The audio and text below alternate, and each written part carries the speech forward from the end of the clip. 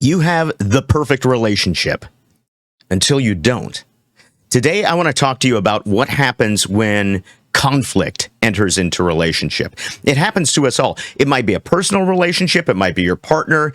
It could be your kids. It could be somebody at work. It could be a professional relationship.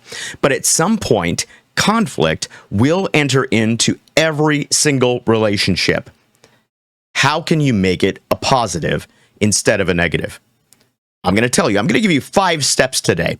My name is Andrew Burkham. I'm the founder and CEO of the Idea Training Academy, and it's my job to help introduce you to the best version of yourself. Let's get started. Number 1 tip for dealing with conflict in relationships is to make the conflict about the ideas, not about the people.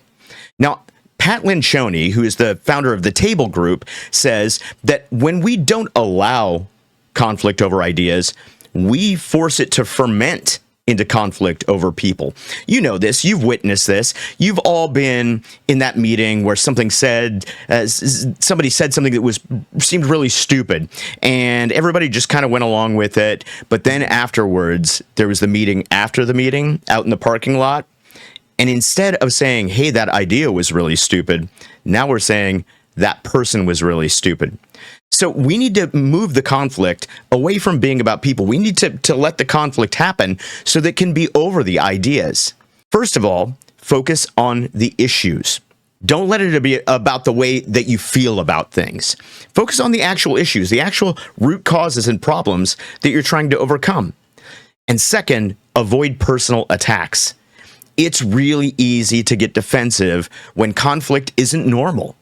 But the more we allow conflict to be about the ideas, about the issues, and the more we allow it to be just a part of what we do in our everyday lives, the less danger we feel we're in when we enter into a conflict situation. So number 1, make the conflict about ideas. Number 2, and this might be the most important one of all, be for each other.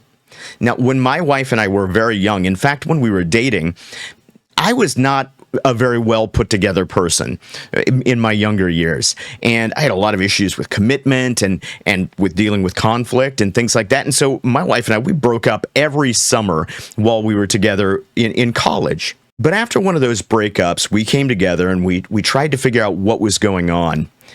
And we made a commitment to each other. And that commitment was this: no matter what happened, no matter how much the other person said something that was hurtful or did something hurtful, we decided that we were going to make the conscious decision that we were for each other. So when I hurt her, she believed that I was hurting her not because I wanted to hurt her, but out of some personal hurt or out of something that was wrong in my life, something that I had to deal with. That helped us understand that it's not always about me when it feels like somebody is in conflict with me. So in order to do that, you need, of course, to learn empathy. You need to learn to think like the other person thinks. You need to feel like the other person feels. But also, secondly, you have to make that conscious commitment, and you should make it to the person in the relationship. This should be a spoken, not an unspoken thing. It should be spoken. We are for each other no matter what happens. That helps you to move from a place of criticism into a place of diagnosing the problem and encouraging each other to move through it.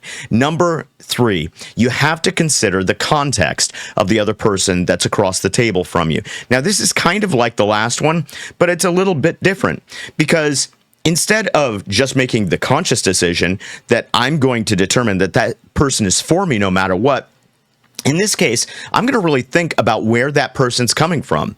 I'm going to try and figure out what in their background or what do I know about their life up to this point that might have brought them to the conclusions that they're making.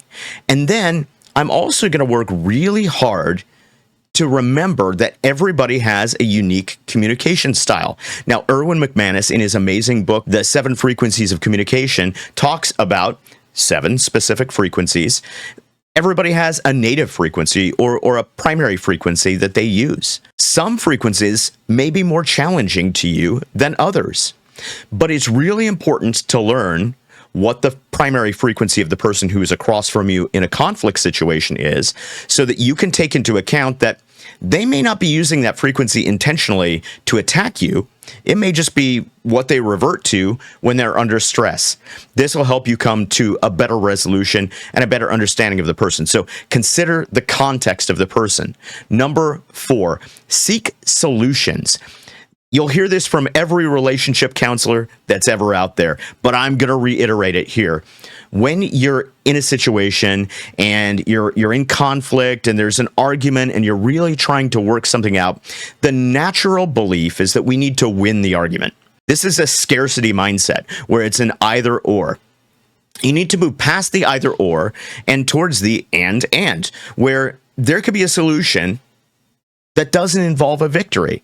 Now, that doesn't mean that you're going to agree with everybody on everything all the time, but it does mean that you can consciously and again out loud commit to seeking the solution, not just winning the fight, because it's not a fight, it's positive conflict that we're seeking after. So number 4, seek solutions, not victories. And number 5, work from the inside out. One of the things that we do when we're in a conflict situation a lot of times, especially with somebody that we don't really know how to deal with, is that we will step away from the conflict and we'll go talk to other people about that conflict. What I'm suggesting is work inside out. Instead of stepping away, work as hard as you can in that moment to stay with that conflict. Work on those other 4 steps to keep the conflict positive, but stick with it. And if and when you do need to step away to get the insight of other people, make sure that you both know that that's what's going on, so that it doesn't become a gossip situation. It doesn't become you going to somebody else to talk about this person, because again, we don't want that meeting after the meeting. We want the conflict to stay within the conflict. We want to resolve it, and then we want to move past. So listen, conflict is inevitable. It's going to happen. But when it does, now you have 5 tips to help you deal with it in a positive way. Listen, if you found any kind of value in this video, if there was something that helped you or might help somebody else that you know, please like, subscribe, share the content, all that stuff. I am here for you. I want to help you live the best version of your life that you possibly can. I appreciate you. I love you. I'll see you next time.